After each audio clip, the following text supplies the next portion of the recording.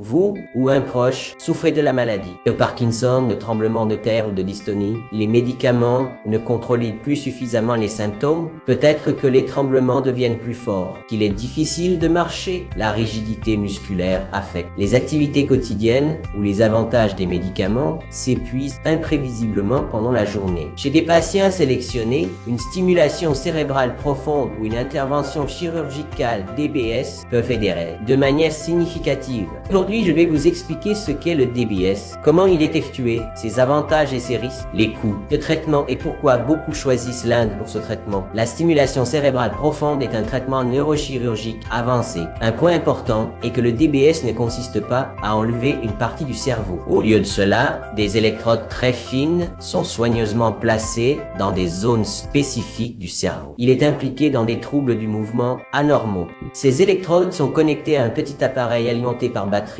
appelé neurostimulateur et un neurostimulateur, habituellement implanté près de la partie supérieure de la poitrine. Le système envoie des impulsions électriques contrôlées à des circuits cérébraux spécifiques, aide à réguler l'activité anormale et à réduire les symptômes. Cela peut réduire les tremblements, la rigidité musculaire, la lenteur des mouvements, les mouvements involontaires et certaines fluctuations moteurs désactivant. L'un des principaux avantages du DBS et les réglages de stimulation peuvent être modifiés au fil du temps en fonction de la réponse du patient. Le DBS est le plus fréquemment utilisé chez des patients sélectionnés. Avec la maladie de Parkinson, tremblement essentiel et dystonie. Cependant, tous les patients n'ont pas besoin de DBS. La sélection du patient est l'un des facteurs les plus importants affectant les résultats du traitement. Une évaluation détaillée par un neurologue, un spécialiste des troubles du mouvement et un neurochirurgien fonctionnel est essentielle avant la chirurgie. Pour la maladie de Parkinson, le DBS est considéré lorsque les médicaments ne fournissent plus de contrôle stable tel que des tremblements sévères ou des fluctuations motrices. Les bons candidats montrent souvent une certaine réponse au DBS, mais cette réponse est devenue incohérente, imprévisible ou associée à des effets secondaires. Avant la chirurgie, les médecins évaluent le diagnostic, la durée de la maladie, la fonction cognitive, les résultats de l'IRM et les attentes du patient. La chirurgie du DBS nécessite une planification extrêmement précise. Une imagerie détaillée du cerveau à l'aide d'imagerie par IRM aide à identifier les zones cibles exactes. L'équipe utilise des systèmes de navigation spécialisés pour déterminer le plus sûr et le plus une voie précise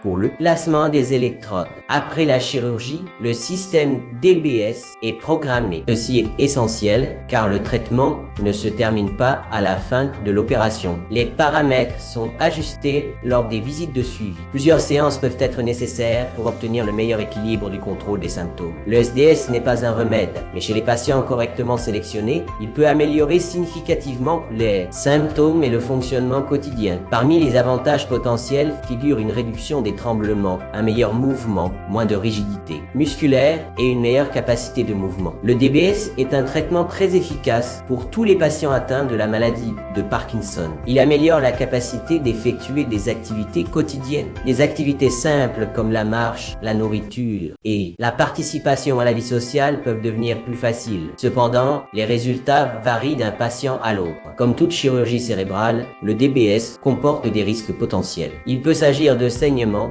d'infections, de convulsions ou de confusion temporaire. Il peut également y avoir des complications liées au dispositif impliquant la batterie, les fils ou la nécessité d'un futur remplacement ou de révision du dispositif. L'Inde est devenue une destination majeure pour les DBS. Je vous remercie tous. Vos réactions ne sont pas nouvelles. Vous le ferez certainement. Notre opinion est de discuter contre les tubes de Dong. Ils se lancent dans un voyage pour changer notre façon de penser le monde pour le mieux. L'année ou l'année suivante, sans aucune procrastination. Il est important car le DBS offre de nombreux traitements sans poids aux patients conservateurs. En Inde, bien que le DBS fonctionne, les coûts et la responsabilité du DBS sont assez constants. En ce qui concerne les coûts, chaque patient devrait recevoir une estimation individuelle du coût après son traitement. Le rétablissement implique la guérison chirurgicale et la phase critique de programmation pointée. Les meilleurs résultats sont obtenus grâce à des soins coordonnés à long terme. Le diagnostic correct et les soins expérimentés sont la clé du succès. Si vous envisagez une intervention chirurgicale en Inde, partagez vos rapports avec notre équipe. Merci d'avoir regardé.